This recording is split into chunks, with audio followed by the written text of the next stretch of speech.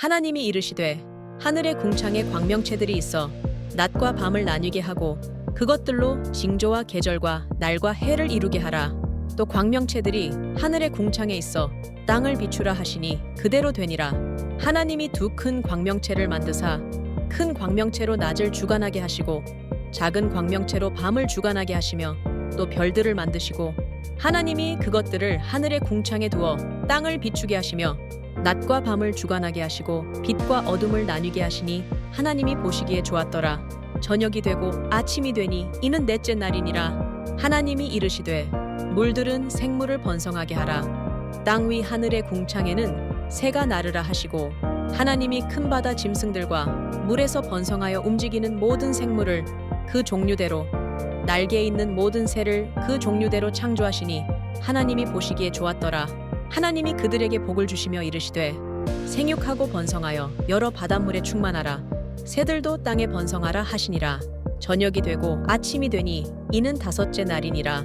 하나님이 이르시되 땅은 생물을 그 종류대로 내되 가축과 기는 것과 땅의 짐승을 종류대로 내라 하시니 그대로 되니라. 하나님이 땅의 짐승을 그 종류대로 가축을 그 종류대로 땅에 기는 모든 것을 그 종류대로 만드시니 하나님이 보시기에 좋았더라. 창조의 설계, 공허에서 충만으로. 오늘 우리는 창세기 1장 14절에서 25절을 통해 하나님의 채우시는 사역에 대해 함께 나누어 보려 합니다. 창조의 시작점은 바로 혼돈과 공허였습니다. 태초의 세상은 형태가 없고 비어있는 상태였죠. 창세기 1장은 하나님께서 이 두 가지 문제를 어떻게 해결하시는지 보여주는 장엄한 서사입니다. 그분의 말씀이 무질서에 질서를 부여하고 텅 빈 공간을 생명으로 가득 채우시는 과정을 함께 살펴보겠습니다. 하나님의 창조는 놀라운 이중 구조 설계를 따릅니다. 첫 사흘, 즉 창조 1일부터 3일까지는 공간을 만들고 영역을 나누어 틀을 만드셨습니다. 그리고 다음 사흘, 4일부터 6일까지는 그 만들어진 공간을 생명과 빛으로 채우셨죠. 예를 들어 첫째 날 빛과 어둠을 나누셨다면 넷째 날 해, 달, 별로 그 빛을 채우셨고 둘째 날 하늘과 바다를 나누신 후 다섯째 날에는 새와 물고기로 채우셨습니다. 셋째 날 땅을 만드시고 여섯째 날에는 짐승과 사람을 창조하시며 그 공간을 가득 채우셨습니다. 넷째 날 하나님은 하늘의 공간을 채우는 광명체들을 만드셨습니다.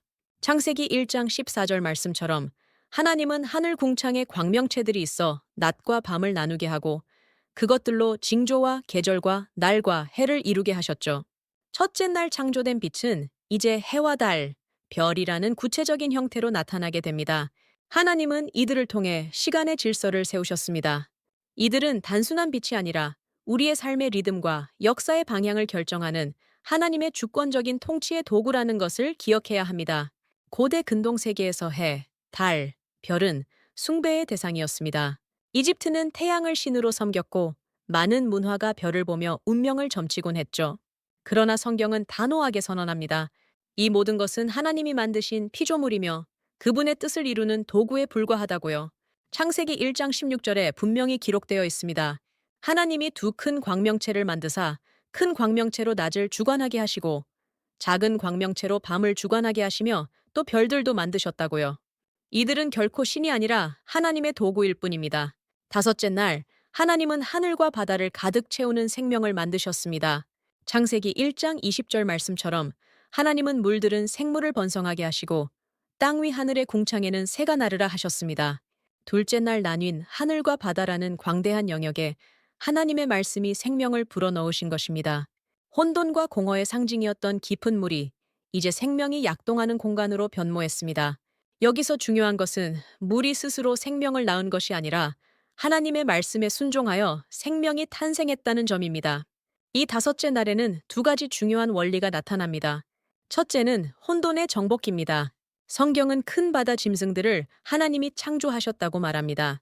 고대 세계가 두려워하고 신격화했던 혼돈의 괴물조차 하나님의 통치 아래 있는 피조물임을 선언하는 것이죠. 둘째는 최초의 복입니다. 성경에서 복이라는 단어가 처음 등장합니다. 하나님은 생명을 만드실 뿐 아니라 그 생명이 계속 이어지고 풍성해지도록 복을 주십니다. 창세기 1장 22절. 하나님이 그들에게 복을 주시며 생육하고 번성하여 바닷물에 충만하고 새들도 땅에 번성하라고 명령하십니다. 창조의 핵심 원리 중 하나는 바로 그 종류대로라는 표현입니다. 이 표현은 창조기사 전체에 반복적으로 등장하는데요. 이는 하나님의 창조가 무작위적인 폭발이 아니라 질서 정연한 구별 속에 이루어졌음을 보여줍니다. 먼저 각 생명체는 고유한 경계와 자리가 있어 혼돈이 없는 질서를 이룹니다. 둘째, 모든 것을 획일적으로 만들지 않으셨기에 다양성이 존재합니다. 사자는 사자답게, 소는 소답게 각자의 고유성을 존중하시죠. 마지막으로 모든 생명체는 하나님의 뚜렷한 목적과 계획 안에서 창조되었습니다. 여섯째 날, 하나님은 땅이 생명을 내도록 명령하셨습니다. 창세기 1장 24절 말씀처럼 땅은 생물을 그 종류대로 내도에 가축과 기는 것과 땅의 짐승을 종류대로 내라 하시니 그대로 되었습니다. 셋째 날 마련된 땅 위에 하나님은 세 그룹의 생명을 창조하셨습니다.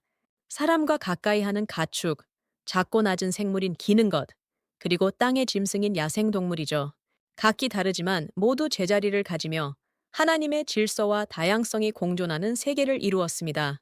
흥미롭게도 다섯째 날의 생물들과 달리 여섯째 날의 짐승들에게는 생육하고 번성하라는 직접적인 복의 선포가 없습니다. 왜일까요? 이들은 곧 창조될 사람의 다스림 아래 놓일 피조물들이기 때문입니다. 이는 하나님과 인간, 그리고 인간과 피조물 사이의 특별한 관계를 예비하는 장면이죠. 여기서 다스림은 파괴나 착취가 아닙니다. 그것은 하나님의 뜻대로 돌보고 책임지며 공의와 자비로 세상을 관리하는 거룩한 사명입니다. 각 창조 행위의 끝에는 하나님의 평가가 따릅니다. 바로 하나님이 보시기에 좋았더라는 창조의 후렴이죠. 이 감탄은 창조 세계가 본래 하나님의 의도대로 완벽한 조화와 아름다움 속에 존재함을 의미합니다.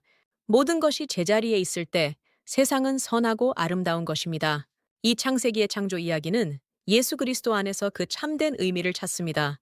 예수님은 태양보다 더 크신 영원한 생명의 빛으로 오신 참 빛이십니다. 또한 생육하고 번성하라는 복 그 자체가 되셔서 참된 생명을 주시는 생명의 근원이시죠. 말씀으로 바람과 바다를 잠잠케 하시며 창조주와 동일한 권세를 보이신 혼돈의 통치자이기도 합니다. 그분 안에서 우리는 무너진 창조 질서를 회복하고 생명을 돌보는 사명의 자리로 다시 부름받는 새로운 피조물의 첫 열매인 것입니다. 창조의 질서는 오늘 바로 나의 삶을 향합니다. 나의 시간표는 세상의 기준이 다스리고 있나요? 아니면 하나님의 창조 질서가 다스리고 있나요? 하나님이 만드신 니다운 모습으로 살아가고 있는지 스스로에게 질문해 봅시다. 이해할 수 없는 삶의 혼돈 속에서 나는 다스리시는 하나님을 신뢰하고 있나요? 그리고 내가 머무는 자리에서 질서를 세우는 사람인지 아니면 무질서를 확산시키는 사람인지 성찰해 볼 시간입니다. 채우시는 하나님, 그분의 이야기는 계속됩니다. 창조는 과거에 완성된 사건이 아니라 지금도 계속되는 하나님의 사역입니다. 하나님은 여전히 혼돈 속에 질서를 세우고 공허한 마음에 생명을 채우고 계십니다. 우리는 그분의 빛 아래 살고 그분의 질서 안에 거하며 그분의 창조 세계를 돌보는 동역자로 부름받았습니다. 이 놀라운 부르심의 기쁨으로 응답하며 살아가시기를 축복합니다.